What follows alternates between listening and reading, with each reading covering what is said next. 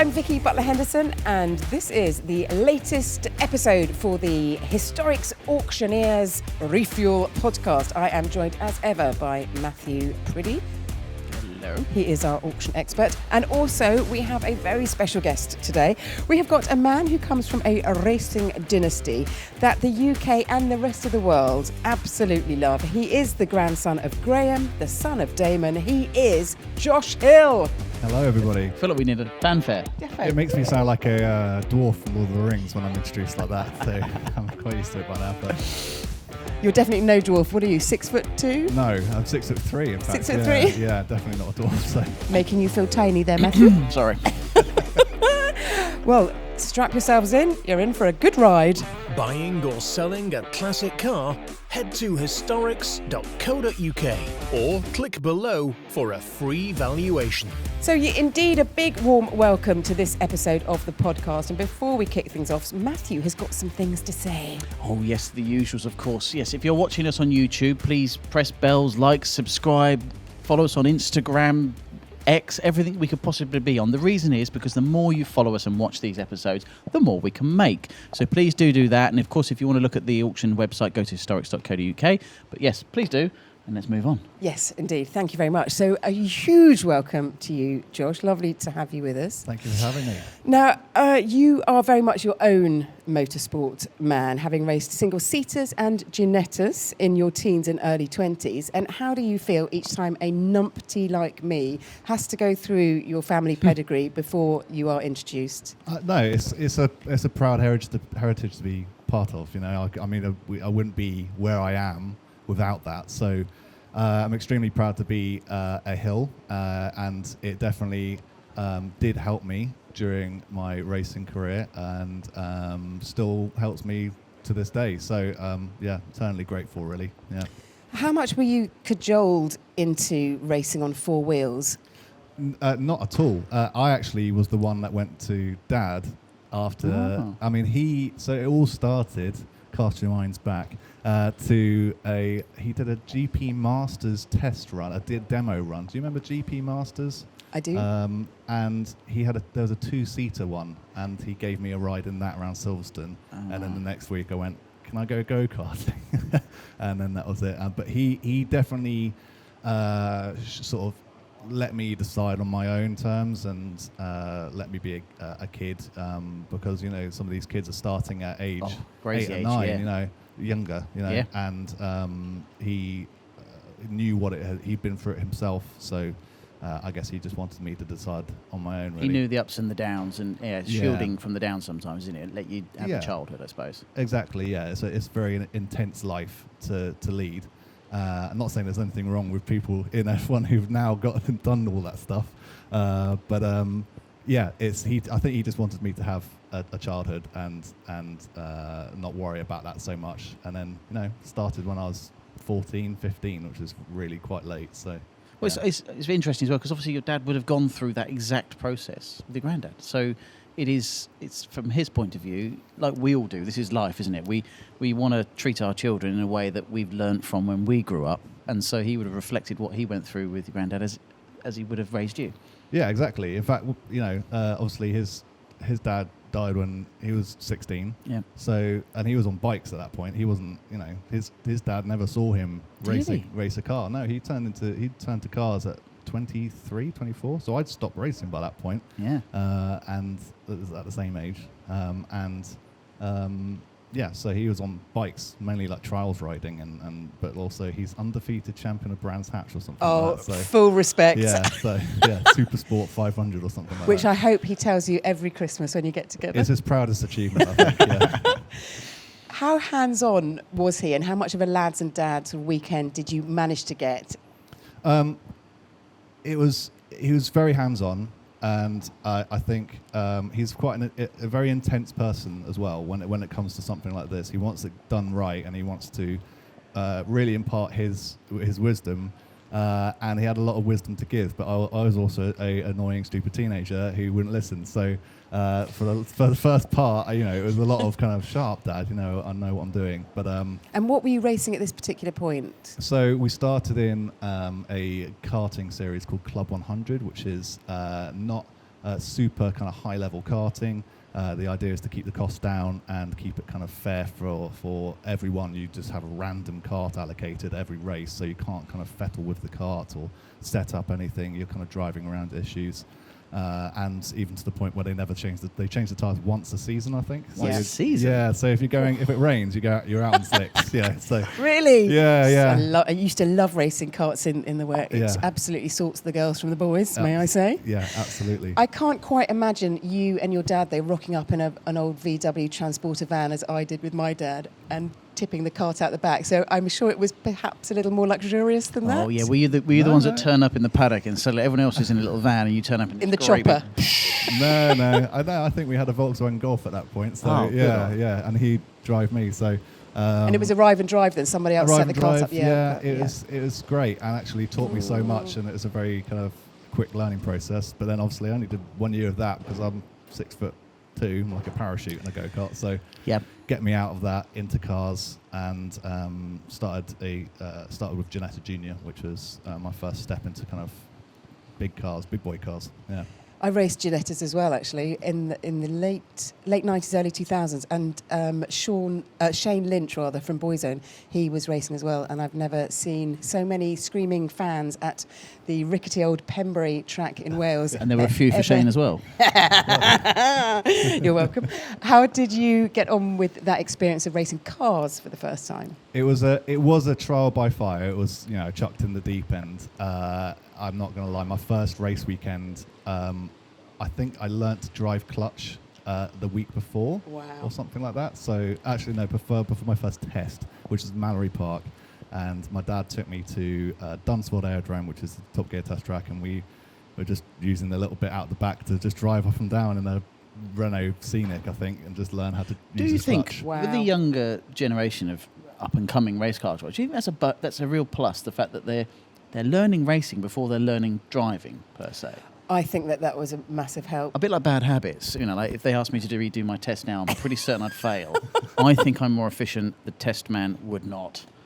But I think, maybe that's... I think if you race before you drive, I think it's a great thing. Because then you learn about how a car moves and the chassis dynamics. You understand why a car spins off the road and not what will make a car spin off the road, if that makes sense. So you can you just understand the balance. And did you... Right, I mean, a lot of it's obviously on computer-generated sims and things. Did you have a lot of that back when you were there? Was that still fresh? No, I remember, learning tracks on Toka Race Driver, which was, a great game. I remember that. It was pretty basic. Yeah. I think Donington was basically flat everywhere. You could just take every. There's a corner, but that's about all you had. You turn and then you don't brake. It's fine. But sim racing and simulators have come on so far, to the point where they're real. Lando being the prime example is he's the sort of they call him the simulator sort of generation where you can learn everything about a track before you go there, and you can do it 50 times. Whereas you just can't physically afford that otherwise. And I think we've started seeing this kind of transference of what you do on a track, and they stick it on a simulator and fettle with it, and then put it back on the car. To these kids, they come up, they've done karting, they've done all that single seat stuff, but they're taking what they're doing on a simulator, and they want the car to do that, if that makes sense. So. Rather than the other way around. Yes. I mean, the thing you don't get with simulators is a lot of seat feel, sort of seat with your pants kind of thing. Yeah. And there's a kind of so on a simulator you have a very, very pointy car usually, and there must also be an adrenaline. I mean, I suppose if you've done it enough and you're particularly good at it, as you are compared to me, but the difference of adrenaline once you're in the car, compared to the simulator, must make a hell of a difference. I mean, or is it just about conditioning? Again, it's just, I think it's conditioning. I think if you just do one and not the other, of course you're going to lack in one area than the other. But there's some sim racers that are so fast. They're called aliens, because they are just aliens. They no one understands how they're that quick, and then. But there's no kind of rhyme or reason to who will be fast in a car either. So I remember racing in Formula 3 against Jan Mardenborough, who was I think he's the first winner of the Grand GT Academy, the Gran Turismo thing, and is the subject of the movie recently. Yep. He was quick. He was a quick guy, and he was the kind of early days of that sim races coming into real cars, and on his day, he was a quick guy. So bit rough around the edges. I'm sure he's sorted all of that out now. I don't know. I don't talk to him, but not that we don't get on. I've never really talked to him in the first place. We nearly created a beef there. We could have done that, couldn't we? Let's rev this up. Yeah. The diss tracks back and forth now. It was really cool to see. I thought it was cool, and that can happen. And we're living in that kind of age now that you don't have to spend 500 grand to go and test a race car on a real track. You can sit in your bedroom and learn to drive as well. What's your best achievement as a sim racer? As a sim racer, I'm a very, very amateur sim racer. I think I was on iRacing. My rating on iRacing is like D or something, which is not very high. I just haven't done much of the actual racing. I just use it sort of keep sharp, have a look at some tracks and have some fun. Yeah, don't really sort of take it too seriously because I'm that's behind me now. So yeah. Our young Fraser here, he always he does sims for I call it the nerd ring. But he goes there in his BMW M2 and he's always jumping on the simulator. So it just means when I get there, there's no need really for sighting laps. I can just go. I think frankly, it looks dangerous to me, but yeah, that's Fraser for you. But yeah, he says even through all levels of just touring all the way up to sort of motorsport, it's amazing how technology can really help. Yeah, absolutely. I mean, I think. Back in the day, they used to drive anything at any time. Not all the F1 drivers would go and do the Gold Cup, is it, up at Upton Park, and F2 as well on the same race weekend of F1. They drive everything constantly because that's more practice. Yeah, excuse me, more practice, more seat time, and you're basically getting infinite seat time with a simulator nowadays because they are just that close to real. So yeah. Coming back to real life and not sim life, what is the best advice that your dad passed down to you, racing-wise and for life? And for life, deep. Yeah, wow. I think that he told me once, I just won my first race, and I was feeling pretty chuffed with myself, and I was sort of, chest out, peacock feathers up, peacocking around the paddock a bit. I've made it. Yeah, and he went, "You got 24 hours." And then you got to stop, and you got to move on. And I think he applied that to kind of everything. But I think it's actually super important to not kind of get ahead of yourself and enjoy the moment, but don't live on it. Yeah, enjoy the moment and enjoy where you are at that time. But then move forwards and look for what's better and what's improved. My dad's like always looking for improvement. It's impossible playing golf or skiing with him because it's just always about improvement. And whereas I just want to bomb the slopes or just hit the ball as far as I can. The ski thing. When you're skiing with someone that can actually ski, and I'm like, no, I just get down and enjoy it, and just leave me alone. And what's the point of getting the ball on the fairway? Just I want to hit it as far as I can. It's more fun. No. There are spares ones in the bag, doesn't matter. Exactly, yeah. And in the bushes. Yeah, yeah, exactly. Anywhere. Josh, you were born in 91 and Damon won his title in 1996, F1 title. What memories do you have of him racing? Very fleeting memories. Obviously still very young. Most of my memories of him racing actually come from kind of his Jordan days in 98 and 99 because that's when he was starting to take me to more races, and obviously I was a little bit more with it, as a 8 and 9-year-old instead. I remember meeting Ryan Giggs at Barcelona, and I Love remember, it. and because I was a huge Man United fan then, obviously, because I was 8 years old. Sorry, and I remember being in Monaco, walking through the streets and hearing lots of noise and then kind of looking through a gap in the barrier and seeing something whiz past at Mach 5, But it never really kind of occurred to me that was a thing. It wasn't normal because you just thought it was normal. Yeah, exactly. It's just normal to me and at that time, and it took me until I was sort of about 10 or 11, 12 after he'd stopped racing to start to realise that, that was actually kind of different to what every other kid's dad does, and it's kind of special. And and that's kind of where my interest started to come from. But I was always kind of gravitating towards like racing games and racing videos, and it was just kind of always there because it just kind of ticked the right boxes for me. Yeah. What about dinner parties and stuff like that around the house? Did you have a load of racing drivers, come round and Not polish massively. Damon's trophies? Glad to finish that sentence. Not really. I don't remember too much, and He was away with it. He was sent away for the wild drivers' parties. Clearly, yeah, we were put on we've got a babysitter Off to tonight. Granny. Yeah, we put on the kids' table until I was like 18 or something. Yeah, it was.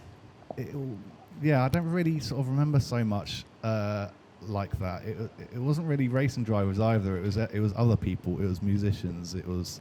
I suppose he spends all weekends with music. everyone. You want to come away from it again. Exactly, and like most of his sort of his friend group and support group at race circuits on the race weekends weren't other racing drivers. They were other people. So whoever sort of gravitated towards him. I know he was very close with George Harrison. But I don't really have any memories of George massively. So, and again, we were so young that we were always kind of like just sent over there.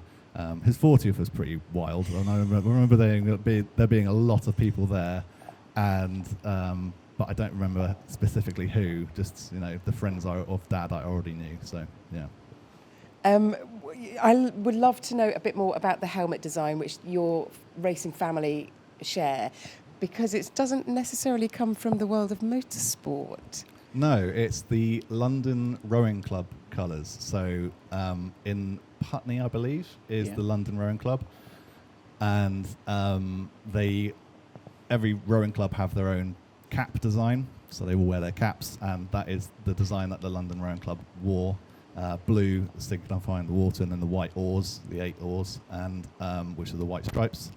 And my grandma was actually a rower, and that's where they met. Their grandma and my granddad met, because granddad used to just hang out there trying to find funding to go racing. So This is where the rich people hang out. Oh yeah, he used to make a whole pint loft a day apparently. So there wasn't necessarily. He wasn't the rich one at the time, so he met her there, and then the rest is history. So, And was it automatic for you that you were going to take that design when you were racing? Yeah, my first 2 years, so in karting and in Ginetta Junior, I just wore a white cue ball lid, as we call it, and because it was almost like we don't want to draw attention. Despite the fact you've got Josh Hill written down the side. Despite the fact you've got Josh Hill written down the side, and my Damon dad mechanicking. to me at the track. Yeah. But we're under the radar here. Don't worry, no one can see us. No one knows. Dad wore the moustache and glasses and everything. Wonderful. So, yeah. He kind of, when I started Formula Ford in my third year racing, he kind of came into my room with a helmet box, and I pulled it out, and it was the, fully painted London Rowing Club Hill helmet, and I was like, oh, that's lovely. The kind of passing of the colours. It was quite nice, and I still carry it on to this day. I made a few tweaks to the design. I made the blue a little lighter, so it doesn't just look really dark black. And I actually, on my most recent design, had an outline to 3 of the oars, one of gold, silver, and bronze, because of Grandad, Dad, and me. So, Lovely. just I kind of muck around with it a bit more. Dad just kept it as it is, and it's nice. It's a nice thing to have. It's very recognisable, and it's a nice thing to be associated with. So yeah, it's lovely for us to see as well. Super duper. Time to move topic slightly and talk about race cars at auctions. We are currently talking to you from our Ascot racecourse auction. And once in a while we get Formula One cars in, do we not? We do, and lots of auction houses do, to be fair. And we were sort of generally chatting about this beforehand, because especially with more modern day race cars now, I mean, the older cars are still being used in vintage and classic rallies. But there is always that fear that as we move forward, are these more modern, Formula One especially, of course, cars ever going to be able to be used once they're out of track use? But we are still seeing the likes of those being auctioned. Now, what I hope is that those private collectors have the wherewithal to be able to use them. But I mean, is there? You've been around the circuit. What are they doing with all of? Because obviously it's not just one car per year now. There are many cars. Yeah. And it must cost a fortune to run them. Yeah, I mean they're not even. I mean, even in the 90s, you still needed like a team of people to run them. But it's just on another level now. It's like NASA, mission control in a garage, and just to start the thing. And so most of the teams, I believe, have a kind of historic department where they have a team of... They hold a set amount back, I suppose. Yeah, and they either kind of use it to kind of train new mechanics coming up, and they have like sort of some of the mechanics that have been there for donkey's years and are loyal to the team, and they just like working on those cars. They work in these departments, and we were at the Red Bull factory last year, and we had a look at their demo department, and they have 5 or 6 classic Red Bull cars from Vettel and Coulthard, and all up on stands with a mechanic each, constantly be looked after, with a full workshop of carbon fibre bits ready to go on in case they ever get damaged or whatever. And I mean, I forgot the figure they said, but it was almost a null point. You're already talking about a lot of money just to maintain, not to run. It's amazing how that's changed, because obviously, I mean, you still see them now. There's a car sold at Paris 2 weeks ago, where the older original Le Mans cars, Formula cars, which were, dare I say it, much more akin to something you could drive on the road. Yeah. They make huge amounts of money at auction, 50, 60 million pounds. The provenance obviously is the vast part of the value. And then as you start moving forward, we start seeing things from the 70s, 80s, and often, and the most wonderful story is it's often a mechanic has been left with one of these, and it's been sat in a garage, the most unassuming garage, from a guy that was working on the team at the time, and it'll roll out. And they're not, dare I say it, they're not massively expensive at that point, because unless they've got the massive provenance, they won the championship. They roll them out, they bring them to auction, and you sit there and you think, this is absolutely stunning, it's absolutely fantastic. The problem, of course, is what's someone going to be able to do with this? And you don't want them all to just have their engines out and hung on a wall. Yeah. You do Though want I'd quite them like to that be too. That was quite nice. Yeah, I did see one recently where they were lifting an F1 car up to like a 10th floor apartment, and they have it as a showpiece, but as a room divider, I thought it was. But yeah, I mean, I remember doing a test run, actually, a demo run for, was it I can't remember, 60th or something, anniversary of Formula 1 at Bahrain, just before the first round. They had loads of championship-winning cars with a lot of the championship-winning drivers driving their respective car. Yeah. Obviously, Grandad's not around, so they invited me to drive his one, his 68 Gold Leaf. Nice. And it was a stark contrast, between some of the older generation cars where they pop me in it and then they squirt some lighter fluid in the start. Yeah, I don't know what they do, but they just go and then light it and it starts and off we go. And then Dad's had his 96 Williams. Had about 5 or 6 people around it, computers and all, heating it up with hot water, hot oil, or whatever they do, and computers, you're right, and everything. And it got to turn 1 and broke down because the hydraulics failed. It's so. Whereas I managed to do 5 or 6 laps of the thing, so I could turn. Then I rolled back in, turned it off. It's why things like Goodwood are so important to keep these. Yeah, keep these, because again, people will buy them for eligibility to do these things as well. The opportunity to be able to actually go and run one, even for 1 lap. Yeah. Josh, was that the first time you'd ever been in one of your grandfather's vehicles? It wasn't the very first time. It was the second time, because I tested it at Hethel just to make sure I was happy with everything. Did you fit? You know what? Just about. I think the headrest, which is meant to be on the back of your head, was kind of in the small of my neck here.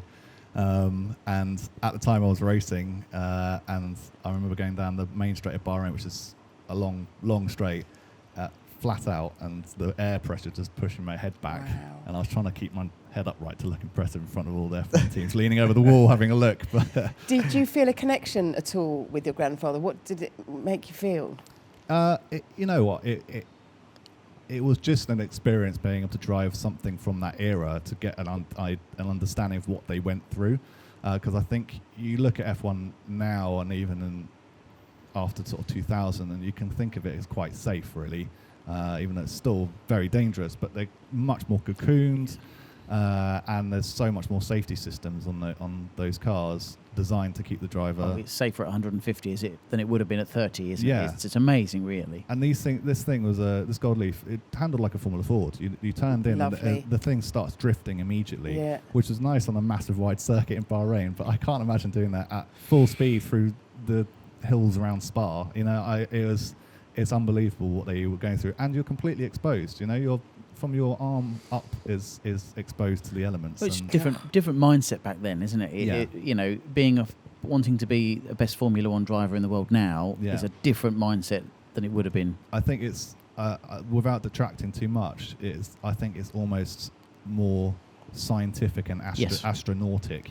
I think that's the sports, drivers isn't it? now. It's the marginal gains of sports now, is that because you're working to the nth degree, Yeah. which the guys back then wouldn't have been, but the Yeah. degree of sheer, Whereas- danger Yeah. would have been far more. And the races back then were a mix of gentlemen and professional drivers. Yeah. And it was more of an attrition thing. Can you keep the car going? I mean, Jim Clark was famed for not touching a gearbox basically because he was so gentle with it. And I think it's a completely. It was very eye-opening to see that and have a go at it. And I also remember coming into turn one. And I was about to turn in, and then I got lunged by Emerson Fittipaldi and Mario Andretti racing each other in their I love it. 72 Lotus. Is that the black Gold Leaf? I think black that was, one? yeah. The hill sandwich. Yeah. It was a scary one. Yeah, Oh. I had to turn back out, but yeah, they got me. So do we think? So I mean, say with auctions, I think it's probably. It's always going to, I think, with the older cars, going to be almost reinvigorating where those cars and the provenance and the stories. It's a bit like old documentaries now. So, but even I think Sotheby's now do an auction at one of the Grand Prix in Abu Dhabi, or I think it might be the Abu Dhabi Grand Prix. But I think Specifically for F1. yeah, well, it's revolved around the F1. So they do a lot of F1 memorabilia, which of course has always been very auctionable. Helmets, race suits, things like that. It's the cars that are always going to interest me, but dare I say it, I think that my worry is always with the more modern cars is that how many really can go to private people. I mean, there are the billionaires out there, of course, but I think that's my worry is that it will become just art, which is sad. I mean, the teams, I think, thankfully, do keep a lot of that relevant. McLaren are the same, aren't they? All got them at the technology centre. So at least the teams are keeping that Yeah. museum style. Yeah. But problems there, dare I say it, is that cost cutting in Formula One might start putting pressure on that, which would be an absolute devastating shame on the sport. You want to keep these cars relevant, and you do want to see them on the track. Yeah, you want to see them run. Yeah. And there is a market out in especially in places like Dubai and Abu Dhabi where these rich investors or collectors buy an F1 car, but they don't drive it. They get someone else to drive it. Yes. Because they just like to see it run. They can have an event and they can have their car whizzing around the track outside as a kind of the spectacle. I think you get a lot of that even down to sort of vintage Yeah. racing. It's the idea of it's a bit like owning a team, isn't Yeah, it? yeah. You get the enjoyment Yeah. vicariously by watching someone drive the car. Exactly, and I think that out there they have the facilities to be able to run it in a proper sense. Not saying that we don't have it here, but they had a blank slate over there a few years ago, and they've now built all these facilities that are designed to run Formula One teams, and so it's no problem whatsoever to run a kind of demo car. And I think that's definitely a kind of a space that's growing quite quickly. Yeah. And it's good because then we can all enjoy it too. Yes. Yeah. We've actually had an ex Damon Hill car through our auctions. Yes. Oh, wow. 1991 Yeah. Lola we had. Wow. Yeah. A 3000. Yes. That was in 2020, wasn't it? Yep, Yeah. 2020. So that came through our I was scouting doors. through. I was thinking, I'll have to see what I can find that's relevant in our auction catalogues, and suddenly stumbled across this last night. I said, "Vicky, look what I found." And then just to put some money on certain things, we've also had through our auction a 1970s Bridgestone F1 tyre sold for almost £300. Bargain at this day and age. And then also we've had a simulator, an F1 sim, that went for about 30,000. I've sold that twice actually. Yeah, it sold So to the good first you sold it person. Yeah, twice. so good I sold it twice, and it needed a whole new upgrade system, as two computers do, of course. Yeah. But it was all set in a replica of a Ferrari F1 car. Yeah. Yeah. Other things, 51,000 euros, the Mercedes-Benz W196R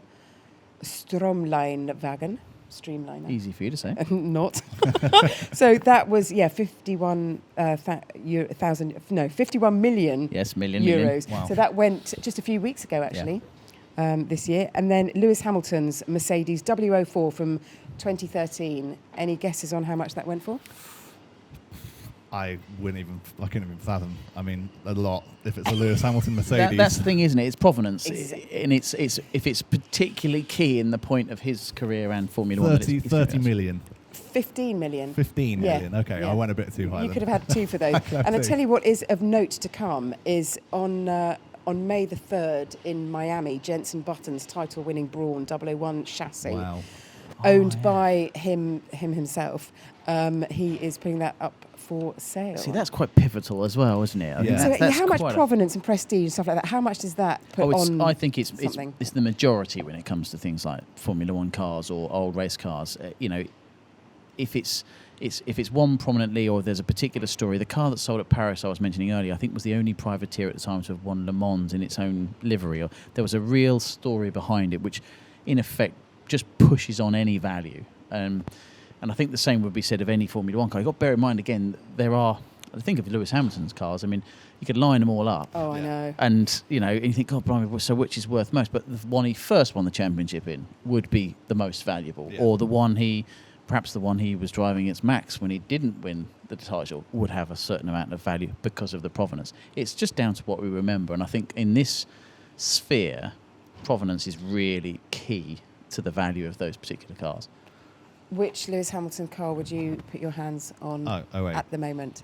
Yeah, 100%. I mean, it's the one to go for. It's the most iconic in my opinion, and it was the kind of end of this era of extreme Formula 1 cars that had to run these groove tyres to slow them down. And in my eyes, that's... You'll also have the same thing as you have with modern cars, with road cars, in that the engine changes come in. So the last of the V12, those will become pivotal because that's how we remember the sound. And I always said this about being at Silverstone and ears virtually bleeding by being near the track because they're screaming past you. Chest thumping. Exactly. Yeah. And then you go now, and there is still, of course, it's still a magnificent noise, but it's not that same. If I don't put ear defenders on after an hour, I'm not going to be able to hear myself You can think for a turn week. to somebody next to you now and chat. Yeah. You can whereas have a you talk, never. I mean, don't were get me able wrong, to. it was particularly loud, especially if you're in a grandstand and the noise came straight up. You couldn't sit there for a whole race without something in your ears. Yeah.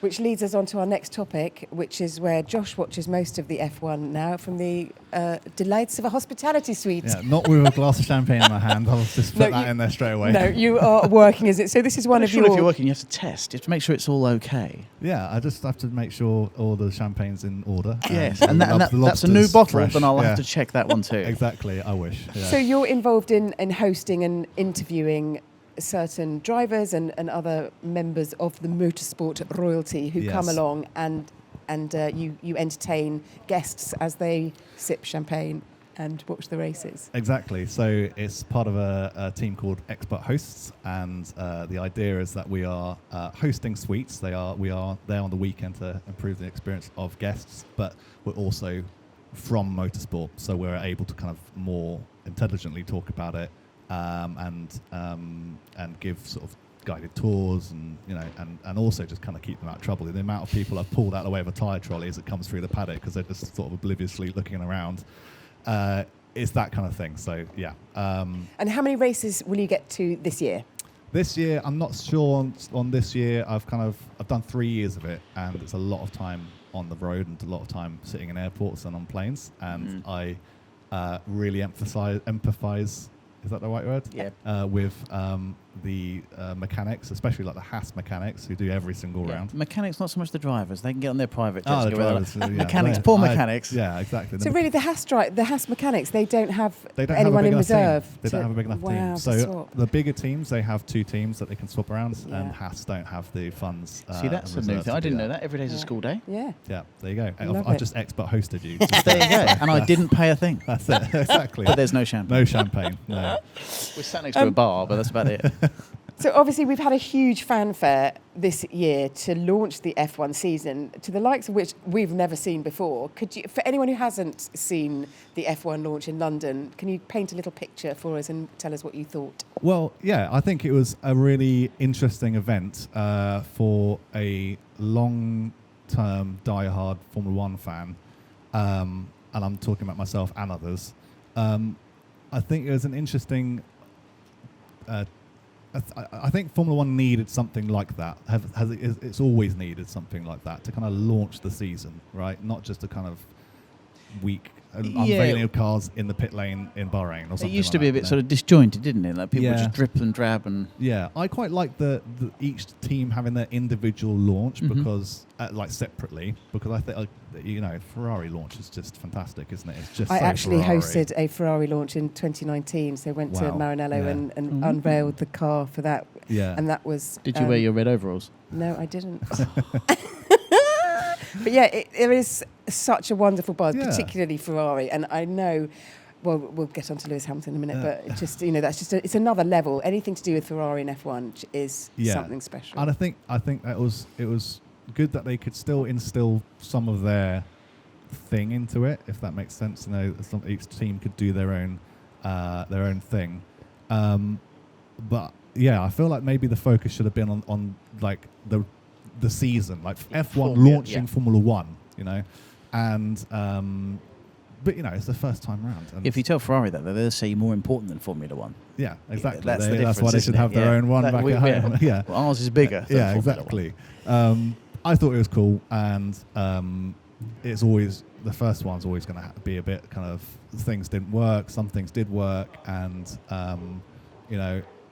it was an interesting event overall, and I think it's just more for the fans, more for the fans to get close to stuff and It's Formula One understanding its commercial acumen really well, isn't it? It's making things, I relate it to football. It's a bit like the transfer deadline day thing, which is a non-thing. Yeah. But somehow football managed to make it as part of the season for fans to get involved. NFL draft, Yeah, exactly it's, that. Yeah, it's that kind of thing. So, and every other, I think if you want to be one of these kind of global sports that's enjoyed across the entire world by millions of people, you have to have something that kind of earmarks the start of the season or an important point of the season. Like the NFL has the Super Bowl, you've got the Champions League final as well, where you have people perform at that, and I think it's a really cool kind of way of getting Formula One to integrate with other media as well, and other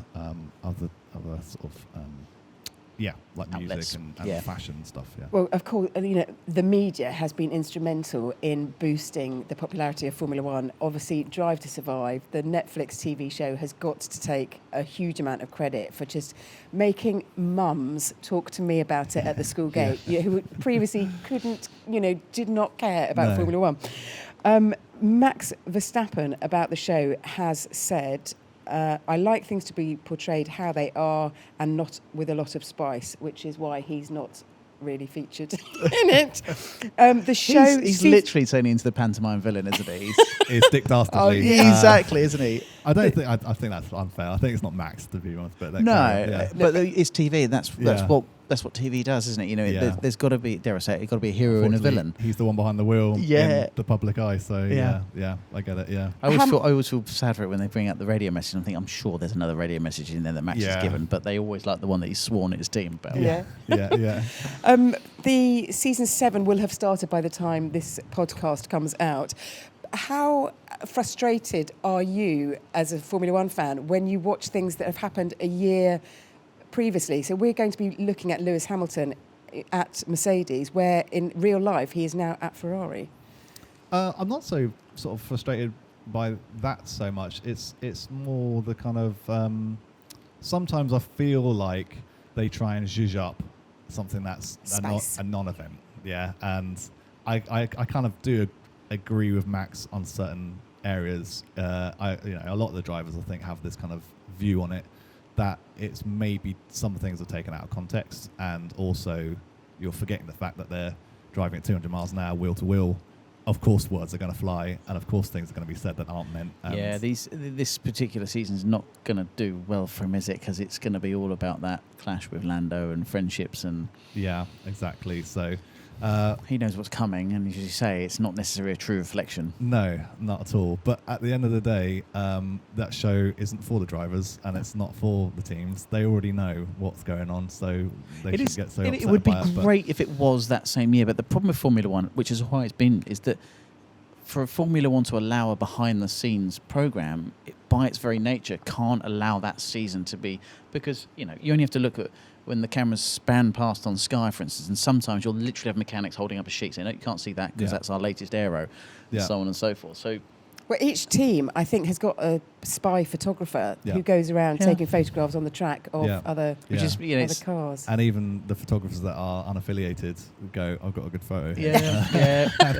And they sort of sell it around the paddock. But it's a shame, isn't it? Because it would love it. You'd love it. If it was a week later, I mean, how amazing would that be? But I mean, not only that TV people would be screaming about trying to do that. I think the problem is that you'd then be into that sphere of people are using it to their advantage. Yeah, I think seeing it for what it is, which is trying to make an already exciting sport very accessible and also even more exciting, that's fine. I think once you actually sort of become more integrated with the sport and you learn much more about it. I always use the example of, like, I love golf. I'm a big golfer. I watched Full Swing, which is the golf version of Drive to Survive. I sit there going, wow, is golf really like that? Yeah, no. I sit on the sofa and chill and watch Netflix, I sit there and going, wow, is golf really like that? And I imagine there's golfers out there going, it's not like that. It's not near as exciting as that. So I think the thing is, it's an American thing, is because obviously when you talk about that, NFL is a good example. They'll often, or the basketball, they'll have reporters in the change room straight after an event, and they've very much marketed that televised event for a long time, whereas in, let's say, European sports, we've not done that ever. No. So to break down those barriers for accessibility, as you're right to say, to show what it's really like, is really tough. I mean, every time you see them come off a race and they go and sit in the chill down area, and you can sense the tension. Yeah. And they're just putting on their baseball caps, trying to take in water, and you're thinking, them at each other, other, half the time it's really dull. They're just three people sat in there going, can't say anything because the camera on. And I think it's so mean that the cameras are in there. I mean, they're not going to. What do you think is going to happen? They are the only sports people on the planet that have to do press stuff before, just before, during, straight away after, and then the next week. It's about like the thing. You don't go into a footballer's changing room and say, boys, you're just about to go out on... But this is what they want, because this is what they do in America with basketball, and not so much basketball and that before, but they do want access to change rooms. They do want access because they want it to be consumed, and that's the hard thing for drivers, which is why the big rows come about with radio messages. I don't think there's actually a big fuss about it, but they feel like they just need that moment to do the sport.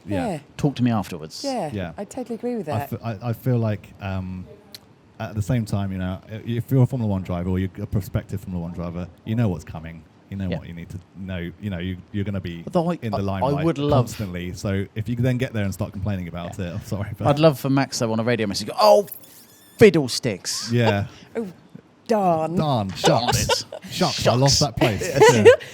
Josh, how do you think Lewis is going to do this year? When will he win the elusive 8th? 2025? Do you think he can? I think, I would never, ever, ever count against Lewis. He's 7-time world champion. He, in my humble opinion, is the GOAT. And, I agree. He's just... I think over the last couple of years, he lost the carrot on the end of the stick. It's a running theme I've seen with Lewis, because I started racing the same year he started racing. So he's been a constant presence in my racing career. As look where you could have been. I know. It's a source of inspiration. But the most common thing I've seen of him is that when he doesn't think he can win, he doesn't try, because he just gets frustrated and depressed and upset. Downward spiral. It's a horrible downward spiral. I felt like he's so driven. Yeah, I felt like it started when Mercedes lost their edge. It felt like he was almost working as a development driver. Yeah. And trying desperately to get the team going. Yeah. And he was sacrificing but performance. Then when it didn't happen, there was almost this sort of, this isn't going to happen. But you saw it back in 2009 with McLaren when McLaren had a shocker of a car, and he still won Canada because he knew he was fast at Canada. Yeah. And the car just happened to be fast that weekend, and then he pushed like crazy. I've heard comparisons to Alonso, and Alonso's dip in and dip out of form. You know, give him the car and he feels like he's part of it, and he's fantastic. And you can really see in a race that he's the driver. He's one of the top 3 drivers. But then it's difficult because the moment the car isn't there for them, you almost feel like they're too old and they're too young. And I think Lewis really suffers from that. I think the last couple of years with Mercedes, they haven't been giving him the car he wants. But now I think Ferrari were arguably the strongest team last year. Even though McLaren won the championship, they were defending. They were on the back foot, and Ferrari were definitely coming forwards. Ferrari just need to find a way to score wins consistently. Reliability, and not just come second and third all the time. It's hard when you've got 4 teams up there that are winning races and stealing points from you. I think that's the one thing that Lewis, like Max, like Alonso, they're more ruthless, I think. And that might be the bit that Ferrari's seeing it in, that Charles is obviously very, very gifted. And they almost want also him to learn from Lewis. You know, the last nth is the bit that is sheer ruthlessness. Yeah. You have to win. Yeah. And that might be the bit that gets you just over the, over the sort of pinch to the championship. Yeah, because Max has definitely shown that. Ruthless. Yes. Were you ruthless in your career? Racing career? I wasn't at first, and then I got told to be. I love it. And then I was like, all right, I'll get my elbows out. And I considered, I wasn't a very good qualifier, but that was Dad's specialty. He was very good at qualifying. But I've seen his overtakes on Michael, and they're just diabolical. So, whereas if I started kind of top 6, I always felt like I could win the race because I could race people wheel to wheel. Sometimes a bit rough, and they didn't like it, but I was never got dragged to the stewards too often. So I never got dragged to too often. No, too often. I remember from the Ford, my mechanic said, after the first race of the season, he came back to the garage and he went, "See your nose cone?" And I was like, "Yeah." And he went, "It's not got a hole in it." And I went, "Should it?" And he walked me down the pit lane, and every single nose cone had a hole in it. So I kind of got the point from that point on. Yeah, I was like, okay, so I understand where we are now, and we started sort of getting elbows out. So yeah. Oh. We are going to have a little quick fire round now. There is no correct answer. Okay. It's just what you feel. What I feel. Williams or Lotus? Williams. Ooh. Oh, Lucky's quick. Yes. Hamilton or Russell? Ooh, Hamilton. Yeah. Rear-wheel drive or four-wheel drive? Rear-wheel drive. Heated steering wheel or heated seat? Well, I've got quite cold hands right now, so probably heated steering wheel actually. That's an age thing. Trust me, you'll get to the seat thing. Yeah, trust me. V8 or V12? V8. Muscle car. I'm a muscle car guy. Yeah, I'm V12. Car. Matthew, what are you on that? Do you know what? I'd have to put your 2 pennies with it. I think V8. Just 2 more now. Cabriolet or coupe? Coupe. And music or cars? Music. Oh. Sorry. Which leads us on to our final bit of the podcast. So tell us a bit more about the music. Yes, so... Over cars. I mean, music's always been my first passion, really. I started playing music before I was racing, and I continued playing music throughout my entire racing career, and I still play music to this day. Which instruments? I started on bass, and then I realised I needed 2 more strings, because you can't play much on bass, so I moved to guitar. And I just wasn't very good at guitar. I've got chunky fingers, I think. I don't know, but I just never really found the dexterity. But so my brother's got Down syndrome. My dad's always trying to find stuff for him to do. And at the time, he set up an electric drum kit in the front room.